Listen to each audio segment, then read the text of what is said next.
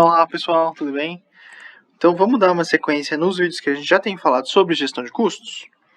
Hoje então, pessoal, a ideia é a gente falar mais sobre o que a gente já tem visto sobre precificação, formas de precificação, mais especificamente no que a gente falou sobre precificação com base no tipo de lucro que a empresa quer ter. Então, hoje, pessoal, a gente vai dar sequência naquele exercício que a gente tinha mencionado sobre uma empresa de confeitaria. Aquele mesmo exemplo, pessoal, só para contextualizar, que acho que é importante a gente mostrar como é que a gente vai chegar no resultado que a gente pretende com esse tipo de precificação. Naquele negócio, pessoal, a empresa, então, ela tinha 3 produtos, ela tinha muito bem separado as suas áreas por departamento, ela já tinha um bom conhecimento sobre as suas atividades. Então, para o processo de consultoria que a gente tinha a intenção de fazer, nós fizemos no vídeo anterior, inclusive eu vou deixar um link aqui para vocês, pessoal. No exercício anterior, nós fizemos o custeio das atividades, o custeio então dos custos indiretos. Fizemos também a distribuição das despesas administrativas. A gente resolveu o problema da comissão, sendo que a comissão acontece depois que a gente encontra a precificação. E depois a gente fez os custos unitários, custos totais, chegamos no preço com base na teoria de markup, então no método de markup, fizemos um demonstrativo de resultados com base nessa precificação, com base nesses custos, com base nessas despesas, chegamos num resultado, certo?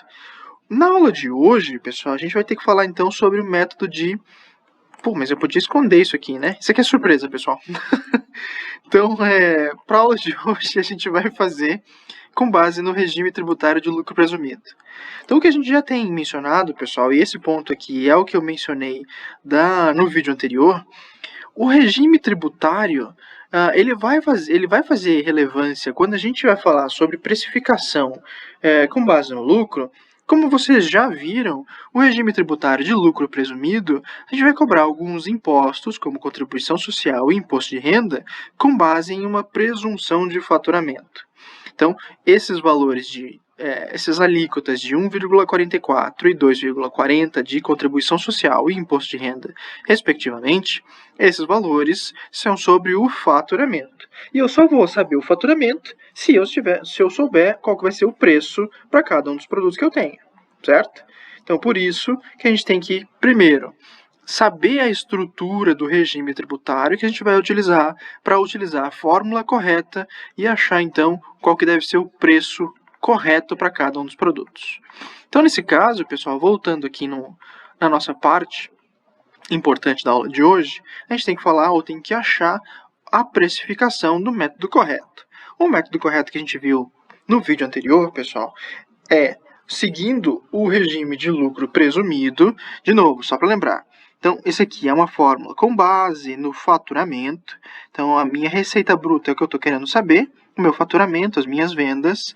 Eu vou descontar tudo de imposto, custo, despesas, para chegar no meu lucro operacional e a partir daí descontar o imposto de renda e contribuição social, que eles são com base no meu faturamento, para depois achar então qual que vai ser o meu lucro líquido com base nesse faturamento.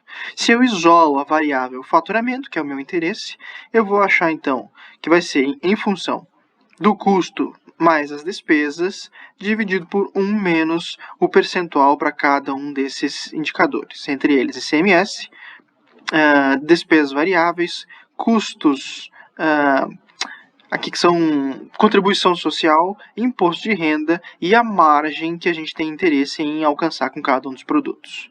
Então, nesse caso, a gente já sabe todas essas informações. A única coisa que faltava nesse exercício era saber a margem de lucro para cada um dos produtos. Aqui, pessoal, eu destaco. A margem é uma opção e uma estratégia que a empresa deve definir. Nesse ponto, eu defini, porque fui eu que montei esse exercício, eu defini que era de interesse da empresa supervalorizar os bolos, não valorizar tanto as tortas e deixar então em um meio do caminho para os pães.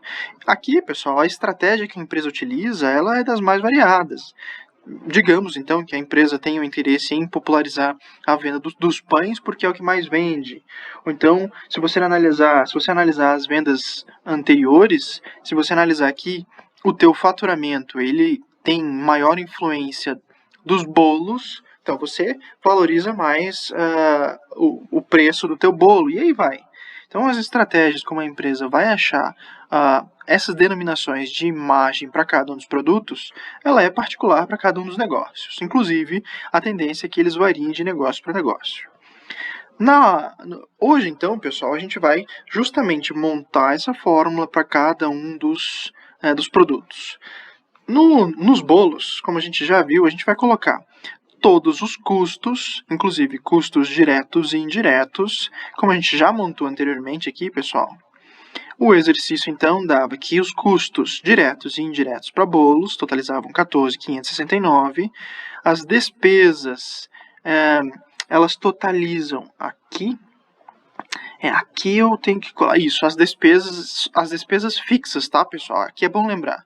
Por que eu não coloco as despesas variáveis? Se vocês lembrarem dessas, vocês ganham um picolé.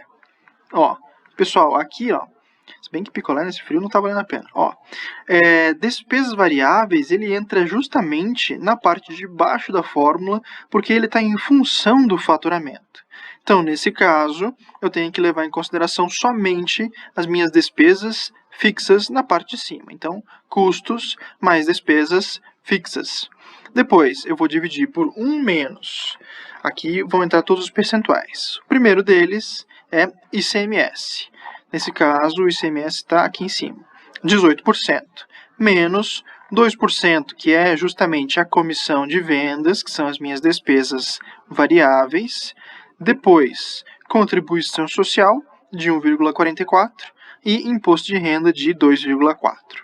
Então, nesse caso, falta só as margens. Quando eu fizer isso, eu vou achar qual que vai ser o meu faturamento. Então, deixa eu só fazer uma correção aqui. Então, se eu faço isso, eu acho o meu faturamento. O meu faturamento, então, vai ser de 59.968. Se eu estou querendo saber, então, o preço unitário para bolo, torta e pão, eu tenho que dividir pela quantidade produzida de cada um deles. Que, nesse caso, foi, se não me engano, de 3.000 bolos, deixa eu ver, 3.000 bolos, 1.200 tortas e 7.500 pães. Então, vai ser, então, um bolo vai sair no preço de praticamente R$20. Se eu faço isso, a mesma coisa para cada um desses produtos, então eu tenho que torta tem que ser vendido a R$20,40 e pães a R$6,79. De novo, pessoal, aqui é importante.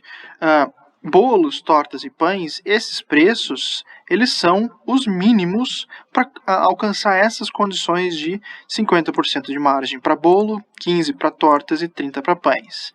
Esses são os mínimos. Não necessariamente é o que a empresa precisa aplicar. Se ela quiser modificar isso aqui, ela vai acrescentar qualquer tipo de diferenciação nesses preços que ela tiver intenção. Mas se ela quiser alcançar esses percentuais de margem de lucro líquido, então, de certa forma, ela tem que aplicar esses valores, certo? Se a gente for montar, então, o nosso demonstrativo de resultados, a gente vai ter que montar da seguinte maneira. Faturamento, a gente acabou de ver, acabou de montar. Vai ser o preço unitário pela quantidade de produtos vendidos. Então, 59.968 para bolo, 24.000 para tortas e 50.900 para pães. Depois, ICMS, como a gente já viu, pessoal, é 18% sobre a receita bruta. Então, 18% de 59 é 10.000, de 18% de 24 é 4.300, 18% de 50.000 é 9.164. Então, um menos o outro, eu vou achar a receita líquida para cada um dos meus produtos. Desconto também os custos totais, lembrando que são custos diretos e indiretos. Esses aqui a gente já resolveu no exercício anterior, que são de custos totais aqui. 14.500, 13.500 aproximadamente, 21.800 para bolos, tortas e pães. Eu só vou colocar esses valores aqui. Desconto, então, da minha receita líquida, acho o meu lucro bruto. Depois, despesas fixas e comissões, mesma coisa, a gente já resolveu isso anteriormente, no exercício anterior. Deixa eu só fazer uma coisa. Deixa eu colocar nessa outra cor aqui. Aí. Desconto, então, desconto do meu lucro bruto, as minhas despesas fixas e comissões. Vou achar o meu lucro operacional para cada um deles. Depois, contribuição social e imposto de renda, como vocês podem ver aqui, ele é 1,44 e 2,40 sobre receita bruta. Faço a multiplicação de 1,44 por 59, vou achar 863 e 1.439 para o imposto de renda. Faço isso para cada um deles, acho o meu lucro líquido. Pessoal, pergunta importante. Essa aqui é para vocês, se vocês estavam prestando atenção. Então, o que vocês acham que vai ser a minha margem do lucro líquido com base no meu faturamento? O que vocês acham que vai ser esses valores para cada um deles? Se vocês responderam 50% para bolos, 15% para tortas e 30% para pães, a resposta está correta. Então, essas as margens que a gente estipulou para cada um desses produtos. Foi o que a gente estipulou. Se a gente segue essa ordem dessa maneira, a tendência é que a gente encontre esses lucros líquidos de acordo com a margem de lucro que você tinha para cada um desses produtos. Se eu fizer o somatório disso tudo, então eu tenho o desempenho que a minha empresa teve durante esse período, certo? Então, esses foram os preços, é dessa forma que a gente monta o nosso demonstrativo de resultados e a gente chega nessa estimativa de resposta para a empresa. Aqui então, pessoal, a gente já consegue ter algumas análises com base tanto no demonstrativo de resultados, com base no markup, como com base na precificação com base no lucro. Dessa maneira, pessoal, a gente já consegue ter algumas noções do que a empresa, algumas inferências que a empresa pode ter. Pela precificação markup, então a gente fazia a cobertura de despesas variáveis, despesas fixas e lucro desejado com base em uma precificação estimada, nesse coeficiente que seria o markup. Então aqui ficaria um preço de 24,23, uma torta ficaria de 21,35 e pães de 11,08. Como vocês podem ver, eles dão margens... eles não dão precisas as margens que a gente tinha a intenção. Isso aqui é uma forma de cobertura estimada com base em um coeficiente sobre os meus custos unitários. Nesse caso, então, pessoal, vocês percebem que eles vão dar valores muito diferentes, embora eles as margens são as mesmas. Nesse caso, então a empresa ela consegue ter uma noção do que ela pode praticar. Se ela tem esses dois resultados, se ela consegue, então, visualizar essas duas possibilidades, então, de alguma maneira, ela pode ela pode administrar ou fazer a gestão sobre a precificação do que for melhor para ela, do que convém de acordo com o momento. Ela pode utilizar isso aqui como um aspecto estratégico para o negócio. Ela pode, em algum momento, se ela tem a intenção de fazer uma cobertura maior dos teus gastos, independente de você saber o quanto que você vai tirar de margem líquida, porque, de alguma maneira, essa forma aqui do markup, você está utilizando valores arbitrários para fazer coberturas de despesas que você tem uma noção do percentual que vai ocorrer naquele mês, naquele período. Então aqui a cobertura é um pouco mais ampla, se acontece qualquer tipo de equívoco de estimativa para um período, de alguma maneira então, se você errar para mais, a cobertura pode chegar num preço onde você não tenha prejuízo caso aconteça qualquer tipo de imprevisto. O problema então é quando você faz um lucro líquido com base, justamente a precificação com base no lucro líquido, é que essas estimativas elas são muito próximas da realidade. Você vai ter que levar em consideração que qualquer tipo de imprevisto, por exemplo, você já não vai ter esse retorno estimado na minúcia, por exemplo.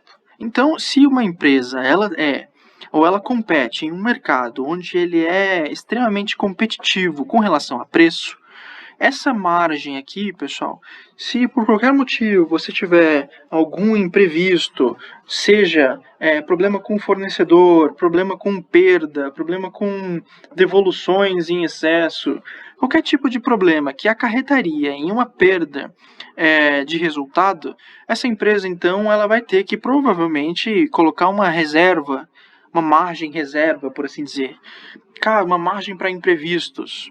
Enfim, a estratégia como a empresa vai tratar esses pontos seriam interessantes, então, que a empresa ela tenha um ótimo controle sobre qualquer tipo de imprevisto. Se ela tem esse controle, essa forma da empresa se organizar, ela é muito mais precisa. Para o investidor ou para um sócio, isso é muito interessante. Então, demonstra que a empresa tem controle sobre as suas operações e, de alguma maneira, então, você vai passar um conforto para os sócios. Isso, de alguma maneira, traz um certo conforto a qualquer tipo de investidor potencial para o teu negócio. Se por um acaso você tiver que demonstrar o teu resultado, ele vai ser muito próximo da realidade e isso diminui um pouco aquela sensação de medo ou aversão ao risco. Não sei se deu para entender aqui. Se vocês conseguiram entender, pessoal, ou se vocês tiveram dúvidas, questionamentos, o que vocês acharem de interessante ou não e quiserem perguntar, fiquem à vontade. Então comentem aqui embaixo, vamos conversar um pouco mais sobre gestão de custos, porque eu adoro falar sobre isso, e daí a gente vai criando um pouco mais de conteúdo sobre gestão de custos, ok? Então fico por aqui. Qualquer dúvida que vocês tenham, entrem em contato comigo da melhor maneira que vocês acharem, e daí conversamos. Um abraço, pessoal!